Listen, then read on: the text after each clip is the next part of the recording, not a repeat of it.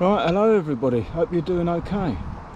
So before we get into the paint, I'd just like to thank Ollie Narrowboats. He's one boat away from me. He's got a channel. He actually puts more effort into his videos than I do. But he gave me some advice, and don't worry about the advice, Ollie. He's quite new to boating like me. But I decided what kind of paint I was going to use, Ollie, before I ever bought Merlin. It was just that I didn't know which manufacturer I was going to get it from, or exactly which type of paint, but I always knew that I wasn't just going to use blacking, so I was always going to two-pack it. Anyway, go and give Ollie a check out. I'll leave his channel in the description. Like I said, he puts more effort in than I do. Anyway, let's go and have a look at this paint. I left it outside because it's going to be easier, so you can see how I get out the boat.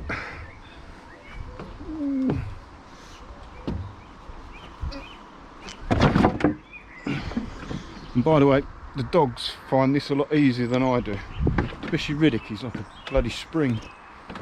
Anyway, I had to pop these boxes open because I can't hold the, as you can see it's raining, I can't hold the camera and pop these open. We'll have a look in this one first actually, and I'll give you the details of where I got this. What's this one? Jotomastic 90.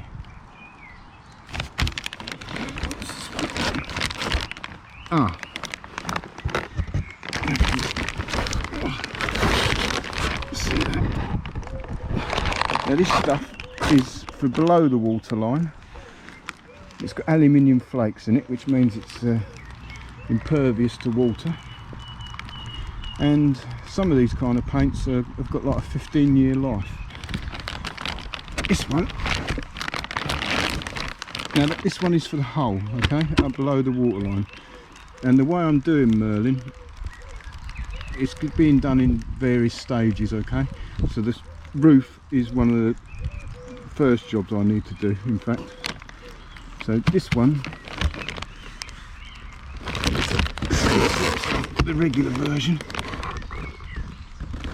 this will be undercoats for the roof, and it primes it and undercoats it. Oh, and the hardners, oh, there's a hardeners, yeah, 2 lots of hardener. That's in that box. Now this one, oh, before I go on, I paid, I expect you're going to want to know what I paid. I paid around $3.20 for this lot, which sounds a lot of money, but I had to buy some extra bits. I think these are these delivery notes and paintings and cut. Oh yeah, this has got all the product details in there, and also I think a little notebook. And I spoke to I put a phone order in because I wanted to speak to somebody. I got to speak to the general manager of this business actually. Oh, this is handy. And he suggested the best way to mix the paint, because the 2-pack means, for those that don't know, means you have the actual paint and you have a hardener, and you need to mix the two in a certain ratio. I don't suppose you can see that on here, but there are all the ratios. And I don't want to get this out in the rain particularly. So that is an invaluable piece of paper. It looks complicated, but it's for different mixes. Like, so if you mix half a litre, litre and a half, 2 litres, you do it by weight, and it's in grams. And the company, Kevin, really sorted me out here everything I needed. So thanks to him, if he ever watches this, I've got the scales to weigh the paint out on. These are pots for mixing it. I also bought a rather large set of brushes, which were really reasonably priced. Like this electronic scales were £10 with batteries. So this is for the roof, a 2-pack again, but it's a polyurethane 2-pack, which takes a different kind of hardener. Jotomastic 90. Yeah, so I've got the hardener. I bought rollers that are for these kind of paints. 2 packs of them, and handle, and I've got a couple of 1 litre bottles of thinners. Different type of thinner, yeah, polyurethane thinner and epoxy thinner, because remember we're dealing with two different paints here, so I don't want all this to get soaked.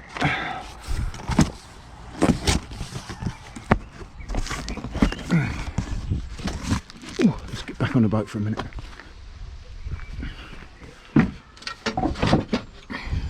I really must stabilise this.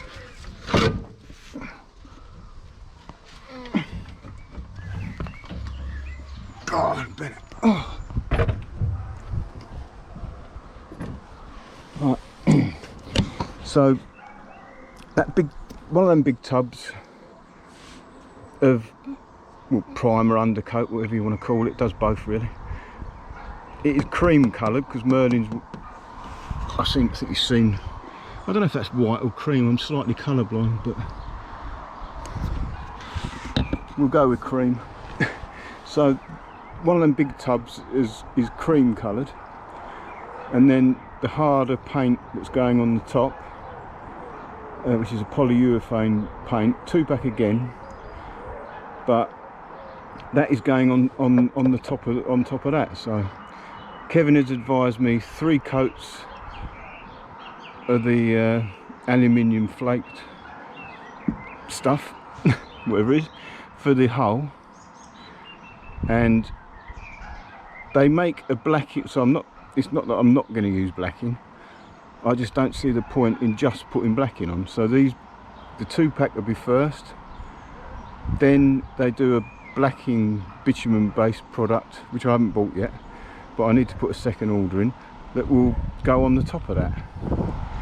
So I reckon the paint in all will probably cost, I don't know, probably 600 quid maybe, because I need to put another order in. Maybe it'll come to 5 or 6, which sounds a lot of money, but the thing is, it is going to do the entire boat, because Merlin needs painting everywhere, inside and the whole of the outside, okay, under the floor, inside the, which will be coming up in another video. I'm just waiting for the run whatever water I've got left out of the front bit, the bow. God, I'm great with boating terms, aren't I? Well, anyway, where the water goes, I've got to get in there, and that's a suspect area for welding. So Merlin is going to get done in stages. The back, I'm really confident, is nice and solid.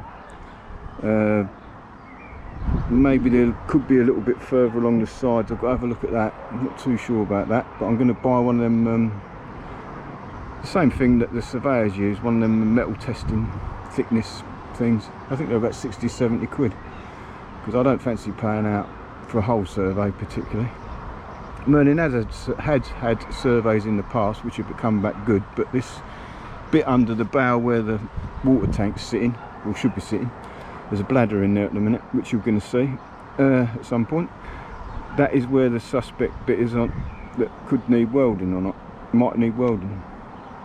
Sorry, I'm bumbling my words. I'm trying to get this done before it lashes down with rain. So blacking, I can't imagine why you would want to take your boat out, go through all this rigmarole and just put blacking on it. They reckon every 2 to 3 years to put blacking on, whereas this paint system I'm going to use, it's up to 15 years. Well, let's say 10 years. It's going to cost you a fortune taking the boat out every two years to put blacking on it. To me, that blacking will go on top of a decent paint, a 2-pack. Anyway, each to their own. There's a lady here actually. See that boat over there? She's out to black it. I said to her, when was it last done? She said it was last done 3 years ago. The previous owner done it. Well, do I want to get it out every 2 to 3 years? No thanks. I'd prefer to leave it in for 10 years. You know, I want to be out in, you know, when I get back on the canal, I don't want to be thinking I've got to take it out in 2 or 3 years. No thanks. That's Merlin's staying in the water for the next 10 years after he's finished. Any paint that if I have any paint left over, it'll be going on Bess. So hopefully I can get the pair of them painted for I don't know, 600, 700 quid, something like that. So that's it really. The paint company is called SML Paints, Marine Paints. The paint I bought for the underneath, they use it on oil rigs, pipelines, bridges, all that kind of thing. So it is an industry leading paint. I'm sure it's going to have an easier life on a narrowboat than it would on a North Sea oil rig or a pipeline. But we'll have to see. Sorry, there's someone over there with a dog. Anyway, in the next video I'm going to start sanding the back half of Merlin down. I've got to do the roof, so there's going to be some, well, I don't know about interesting, but there'll be some videos coming up soon. And don't forget, Bess is still on the canal. I took her for a little jaunt the other day. So you're still going to be getting cruising vids. And this Leicester arm actually is really nice. There's no locks for miles, which suits me down to the ground. And it's just a gorgeous bit of the canal. You're going to see it over the next few weeks. As soon as Bess is actually ready to be slept on, I still need to work on that. God, it's like biting off more than you can chew. Once it's ready to be slept on, I'll be taking Bess on some maybe at least weekend cruises, maybe even longer. And at that point I might up my licence on Bess to include rivers, because the River Neen's not that far away. And after all, Bess started out on the Thames, so she will more than happily handle rivers, I should think. Anyway, I will catch you in the next video. I will put in the description the name of the company, the web address. You can make online, you can buy your stuff through their website, or I prefer actually just to ring them up, and I did it like that. I got the advice I needed, and this paint was here the next day. I don't think you can beat that really. Anyway, have fun.